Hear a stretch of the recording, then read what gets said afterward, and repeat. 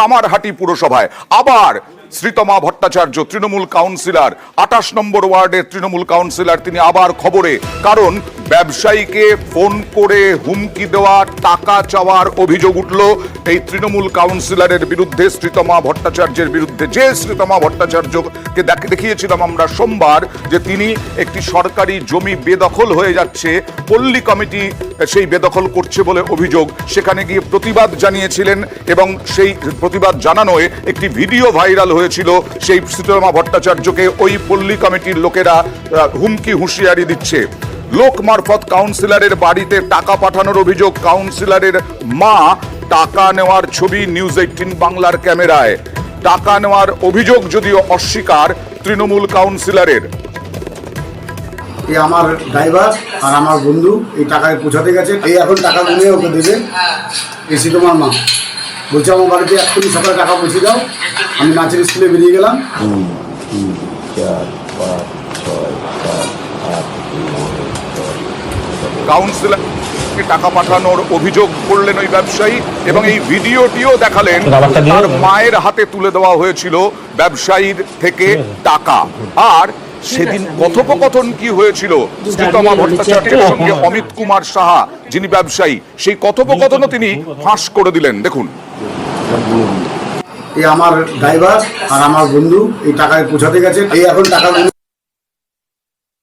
না টাকাটা তো আমার জোগাড় করতে হবে। তুমি কি 2.5 লাখ টাকা কি মানে সিরিয়াস বললে তো না জারি কি বললাম আসলে আমি সেটা বুঝতে মানেটা কি? সামনে ইলেকশন, হ্যাঁ লক্ষ লক্ষ টাকা খরচা আছে, তোমরা যদি এগিয়ে না আসো আমি দাঁড়াবো কি করে? তো কোমর ভেঙে যাবে আমার। এর আগেও তো আমি 5 লাখ টাকা তোমার ইলেকশনে 4-5-3-4 লাখ টাকা খরচা করেছি, তখন তো তুমি ছিলে না এখানে কোথাও। হ্যাঁ, কিন্তু যখন তুমি করেছো তখন তো আর আমি ছিলাম না। তো আমার সঙ্গে তোমার ইকুয়েশনটা প্রচন্ড ভাবে ট্রান্সপারেন্ট থাকাটা জরুরি। তোমার মনে হয় আমি তোমাকে ছ্যাবলামো মারার জন্য সকাল সকাল ডেকে বিরক্ত করলাম, তোমার টাইম ওয়েস্ট করলাম, আমার টাইম ওয়েস্ট করলাম? তুমি নিজে মুখে অ্যামাউন্টটা পর্যন্ত বলে গেছো যে আমি 1.5 লাখ টাকা তোমাকে ইলেকশনের মধ্যে দেবো, বাকি 1.5 লাখ টাকা আমি তোমাকে পরে দেবো। যেখানে আমি তোমাকে 1.5 বলেছি, তুমি আমাকে বলেছো টোটাল 2.5। দেখা পড়ি কি সেরকম কোনো কথা হয়নি, কথা মজুদ হয়েছে। এটা আবার লেখাপড়ি কোনোদিন হয় নাকি? আমি চেকে টাকা দেবো, আমি এমনি টাকা দেবো না না, আমি চেকে নেবো না, টাকা আমাকে দিতেই হবে। আমি তোমার সঙ্গে ইয়ার্কি মারিনি সকাল সকাল বসে। এবার ব্যবসায়ী কি অভিযোগ করছেন আর অভিযোগ উড়িয়ে দিচ্ছেন শ্রীতমা ভট্টাচার্য তৃণমূল কাউন্সিলর, দেখুন।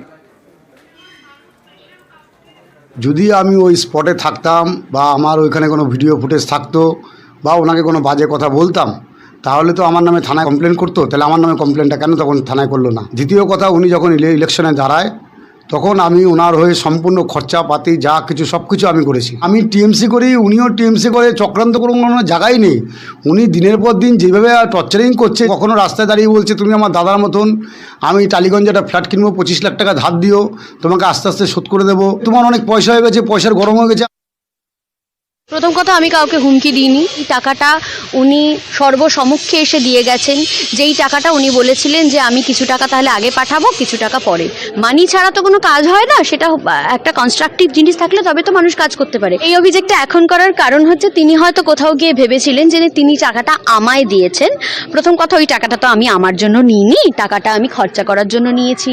এই আমি যে একটা এত বড় ব্লাড ডোনেশন ক্যাম্প করি, আমার কাছে যেটুকু টাকা বেঁচে আছে আমি ভেবেছিলাম সেই টাকাটা সেখানে খরচা করব। আমি টর্চার করছি? কিভাবে টর্চার করছি? উনি প্রমাণ দেখাক আমি টর্চার করেছি। উল্টে আমাকে এরকম ভাবে থ্রেট করা হয়েছে যে তুমি কি করবে করে নাও, দেখে নেবো আমি তোমাকে।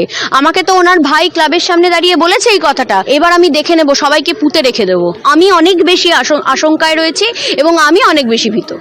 আর যেটা বলছিলাম, গত রবিবার রাতে সরকারি জমি দখল হয়ে যাচ্ছে পল্লী কমিটির নামে, এরকমটাই অভিযোগ পেয়ে শ্রীতমা ভট্টাচার্য পৌঁছেছিলেন সেখানে।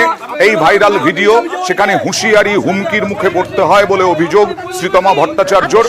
আর তিনি আজকে আমাদেরকে জানালেন এই ব্যবসায়ী অমিত কুমার সাহা তিনি এই পল্লী কমিটিরই সভাপতি এবং এই অমিত কুমার সাহা নাকি বেনিয়মে বেআইনি ভাবে পল্লী কমিটির সভাপতি হয়েছেন।